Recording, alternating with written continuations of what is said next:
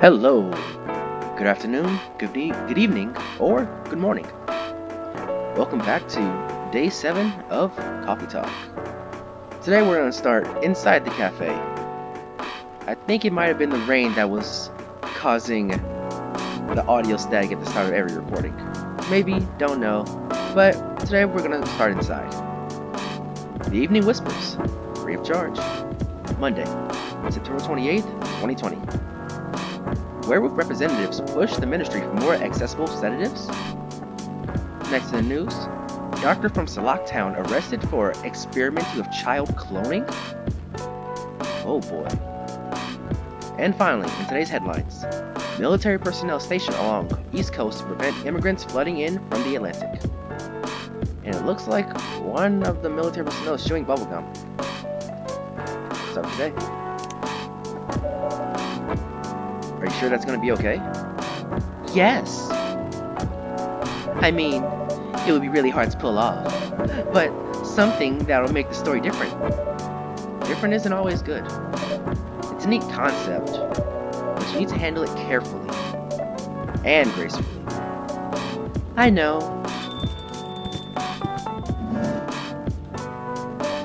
Hey, Gala. Good evening, everyone. Welcome, Mr. Gala. Am I interrupting? It looked like you were having an intense discussion. It's nothing. Mr. Barista here is just giving me some feedback. It's for the book I'm writing. Sounds like a heavy discussion. What are you up to tonight? Oh, I'm just planning to sit and relax. Please don't let my presence interrupt you. Oh, don't worry about it. Although, I do need to interrupt Mr. Barista for just a moment. Sure. How can I help? Can I have a cup of... You remember my remedy, correct? Of course. Want to give it a try again? My last order might have been the right drink. But let's give it a try again. Just to be sure. Okay. Remember, it has tea and ginger. So, Gala wants the Galahad, which is tea, milk, and ginger. Something I recommend to learn by heart, because a lot of the drinks in this game, they come by it quite often. So a few of them you should know by heart, like what's Freya's favorite drink, an espresso, what's Gala's favorite drink, the Galahad, stuff like that.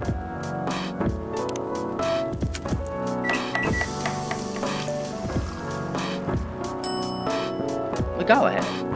Order up. Judging from the smell, this looks like it. Indeed. I have the same feeling. I've made a note of that mixture. Perfect. Anyway, please don't mind me and continue with your discussion. Don't worry, Mr. Gala. We're done for the night. You're done. I have a lot of new homework thanks to you. You're welcome. Is Hyde coming? No, I'm by myself tonight. It's gonna be a peaceful night then. That's mean, Freya. Oh, come on, I was just joking. He needs to learn how to communicate his thoughts nicely, though. He might not look like it, but he's a very kind person, you know. I mean, I know. Me, the player. He doesn't show it, that's for sure. That applies to you as well, Freya. Oh, come on.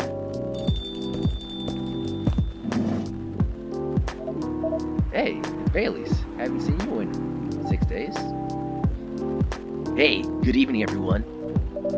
Welcome, Mr. Bailey's. Hey, how are you doing, Freya? Not good. What's going on? Mr. Barista here was just criticizing my story. It's called feedback, darling. Constructive criticism. The kind that helps you. It's cruel and unusual. It's necessary. Sounds interesting. What's the problem with the story? The story is non-linear and quite complicated. Imagine a choose-your-own-adventure storybook, but for adults. Sounds pretty common so far. But instead of telling you which page to turn to, Every decision you make will give you a score. What? That score will determine which page you should go to. That sounds more like a video game than a book. I know, it's not that original, but my target here is the mainstream audience. Huh? With the help of my publisher, this kind of book may go mainstream. Just like that Choose Your Own Adventure show on Netstream. For us in the real world on Netflix, not Netstream, I believe she's talking about Bandersnatch. The Netflix show interactive adventure game where you choose how the story plays out. It's neat. I mean, we have those in the gaming world too. Games like Late Shift and Contradiction. I think they're called live action games. Anyhow,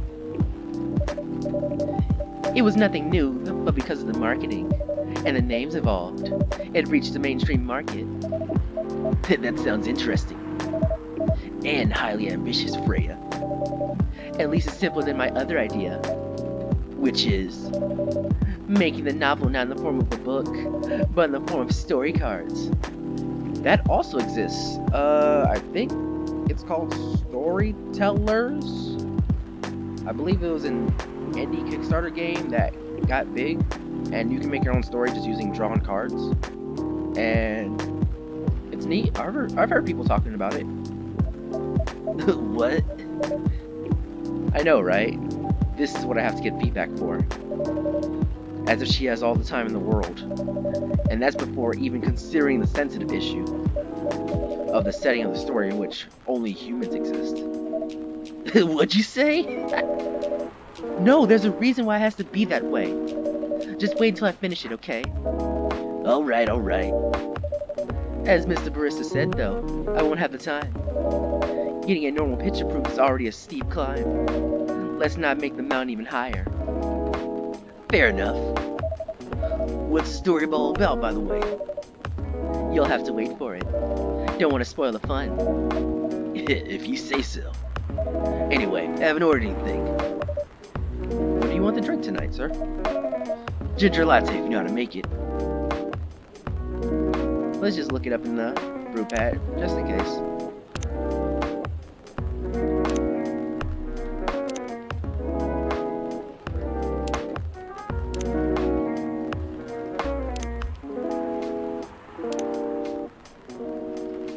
Coffee, ginger, milk. Pretty self-explanatory, but never hurts to double check. Now let's read the description while we're at it. A warm energy boost, perfect for a cold evening. Must be a little chilly outside. Coffee, milk, ginger. Brew.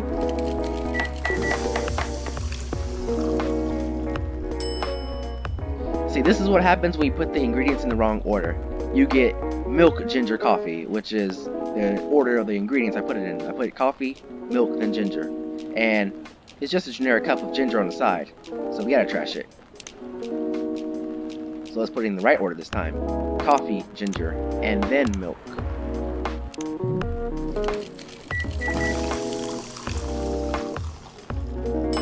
There we go. Ginger latte. Order up. Here you go. Thanks. Damn, this is good. With this kind of drink-making skill, I wonder why your place isn't any bigger. What we have here now is more than enough for me. Whatever floats your boat, I guess. By the way, how are you doing, Baileys? Still busy with your last client? Oh, I'm done with her. Done? As in you're dropping the project? Hey, I'm not crazy. I still need the money. Done as in I finished the job. I spent the past few days making sure it's even done before the deadline. Did she like it? Oh, she loved it. She had some complaints, of course, but I convinced her by using some design terms she doesn't understand. So you finished your job by bullshitting her. The finest bullshit, my lady, the finest. That's one survival skill every freelancer must have. So, Are you working on anything right now?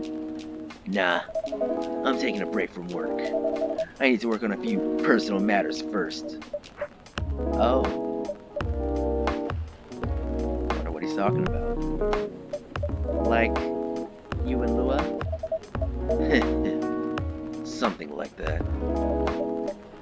By the way, I'm curious. How did you guys meet? If you don't mind me asking. I don't mind. It's just that I was young and stupid, you know. Oh, come on. Who hasn't been there? You're right. So, I was a bit of a player back in college. Ooh, spicy. And I was going after my then best friend's girlfriend's friend. Wait, what? Okay, I'll say it slowly. I used to have a best friend. He was an incubus. The male version of a succubus, if you didn't know. Okay, let's call him Cognac. Cognac has a girlfriend. Still following. And that girl has a friend. And that friend is the one I'm after. So he's going after his best friend's girlfriend's friend. Ooh, okay. Got it. She was one of the hottest girls there. But everyone knew she wasn't the type of girl you just date. Why? It's, I don't want to get into details. But let's just say the succubus was super hot. And all the guys wanted to sleep with her. She was a player too, you know. Huh? That doesn't sound like Lou at all. Because it wasn't Lou, a genius. Wait, huh? Lou was my friend's girl. Holy moly. This is getting spicier. The other girl's name was, let's just call her Rose. Continue. I knew Lua thanks to her relationship with Cognac. That's the fake name you made up, right? Yes. Now, will you let me continue the story without interruptions? Okay, jeez. So, I asked Lua a lot of things about Rose. She knew what I was after. It annoyed her so much, but I kept on bothering her. I mean, I was a pretty, active guy back then. So, Lua came over to visit us at one point. I lived with Cognac back in college. I'd been out and I just got back as Lua's arrived. A total coincidence. We went in our place together and witnessed something, surprising. What? Cognac was sleeping with Rose. Holy mother of moly. I saw the look on Lua's face. The disbelief, the anger, the sadness. And without even thinking about it, I punched Cognac right in the face. You what? I got into a fight with him. Oh, and I haven't told you, but Cognac was a Brazilian jiu-jitsu tutor for kids. He's, pretty good. Oh, my. Yeah, I landed that one punch, and then he beat the tar out of me. Easily. Lua begged me to stop fighting on her behalf. More like she begged Cognac. Hey, I wasn't kidding. I lost, but I don't give up so easily. I was beaten pretty bad, but Lua took care of my injuries. We grew closer after that. I don't remember the exact date, but suddenly that friendship turned into a relationship. Wow, that was one hell of a story. I know.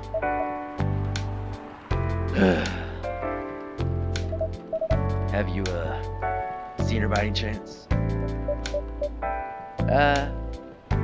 Yeah. Lua came by a few days ago. How is she doing? She hasn't returned any more calls or texts. Well, she's healthy, that's for sure. She got into an argument, though. With whom? There was this male model. A model. And before we continue, let's just glance over just a little bit. And our friend Gala is finally off his phone and he's now interested. And throughout that entire conversation about the spicy college stories, he wasn't a bit interested. But now when a description of Hyde comes up, Gala's like, oh, here we go. Now we gotta see what's going on. A model. I didn't think she was the type of girl to go out with a model. Oh, they weren't together. What were they arguing about? Well, We were talking about your relationship, in fact. Lua told us about the reason behind the fight, about your family stuff. Then this guy, Hyde, joined the discussion. What did he say? He didn't understand why Lua would insist on getting familial approval, considering, you know, What? that you're willing to leave your own family. Would you, actually do that for her? Yes, I would. I'm sick and tired of my family. Why would you say that? Once again, to note Gala, he doesn't have a happy expression. He was looking at his phone again, then he suddenly put it back down, and then he started to frown. So, just a forewarning. And he's drinking his remedy. Let me tell you about my family. Or should I say, most elven families. They all think they're so high and mighty. If you're born an elf, there are certain unwritten rules you must follow. Reputation and appearance are everything. We must never ever make our family look bad. You can only befriend certain people. You must dress a certain way. You can only have certain jobs. Jobs that are deemed worthy and successful. Like being a doctor, lawyer, or a CEO.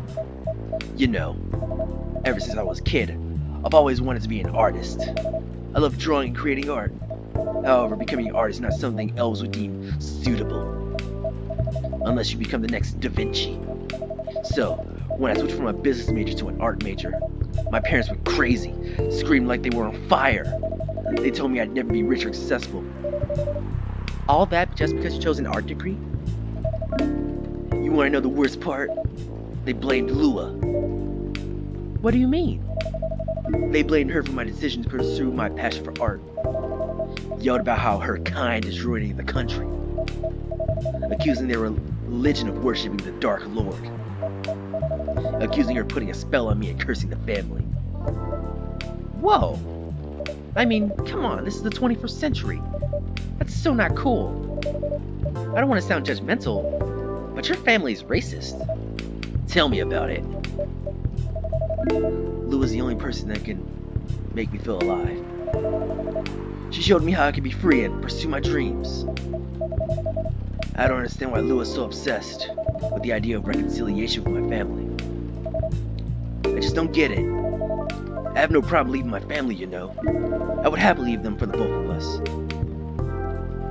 And Gala has now joined in the brawl. I need to adjust myself real quick because this is going to strain some vocals.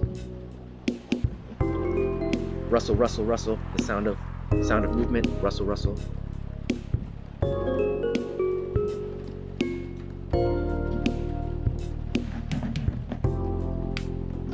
Rustle, rustle, rustle. The sound of movement. Rustle, rustle. Rustle, rustle, rustle. The sound of movement. All right.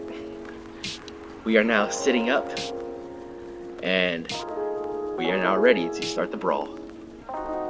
What about her? What about her and her family?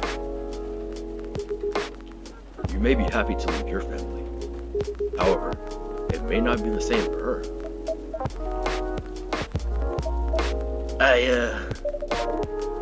Gala, do you have something to say? Or perhaps you can give us a different perspective. I'm sorry. I didn't mean to eavesdrop. I couldn't help overhearing your story. I assume that the person you're talking about is not an elf, correct? Ah, Freya. Such a good job of mediating. She's good.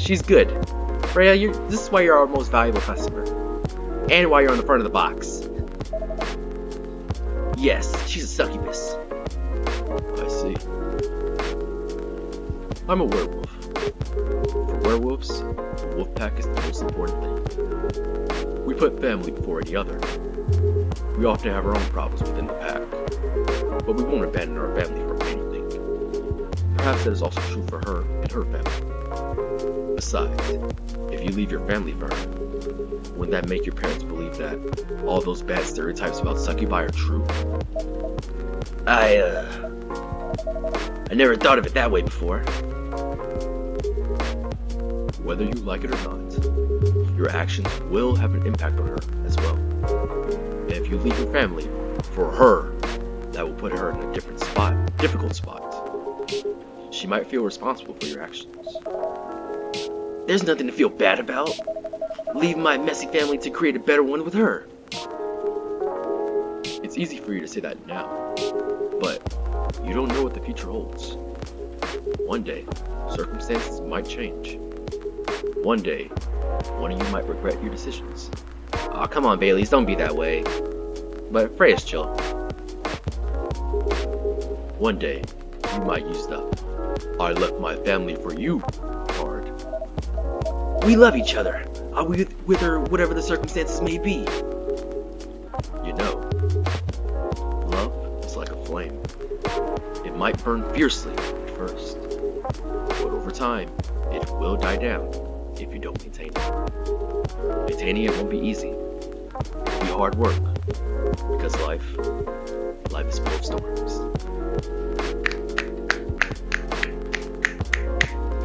That didn't pick up. That was the sound of me snapping my fingers in a very poetry slam way.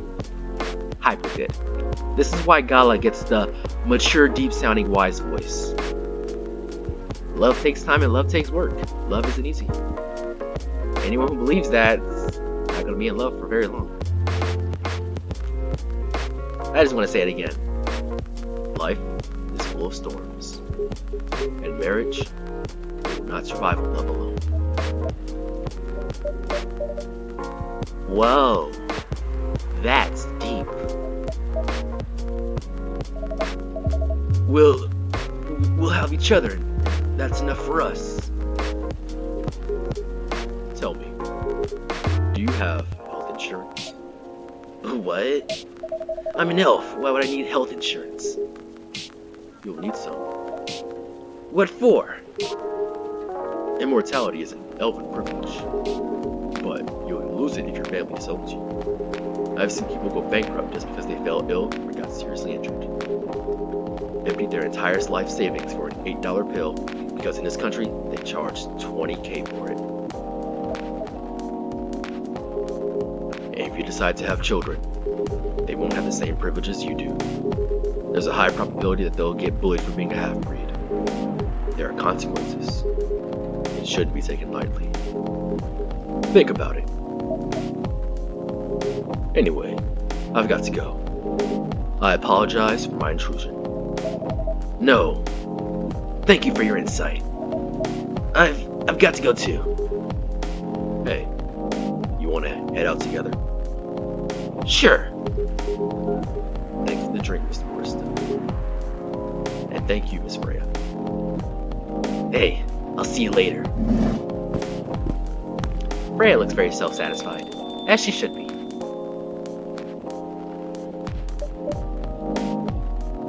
What? Me in the real world, I'm nodding my head going, not bad, Freya, you did it, you're cool. Let's see what our barista has to say. You made me lose 2 customers in a minute. Hey, that wasn't on me. They were leaving anyway. Are you gonna write about that in your book? It's a secret. If your book is based on this coffee shop, how can you present a story like theirs in a world with only humans around? Huh, I'm not sure. Perhaps a hot drink will give you some inspiration. Sounds like a great idea.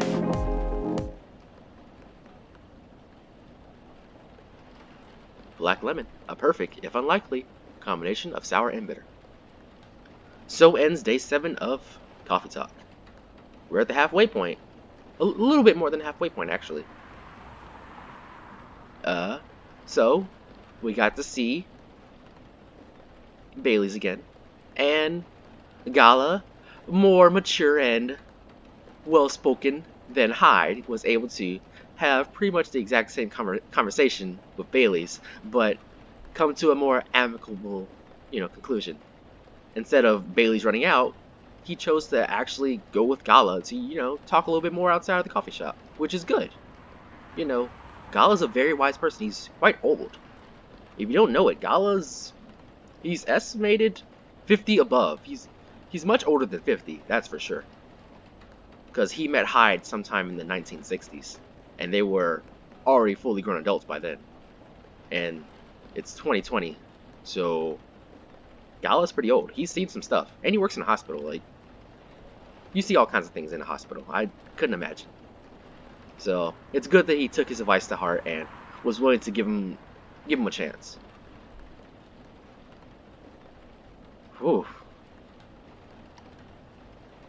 So that should be it for this session of Coffee Talk. Thank you, and goodbye.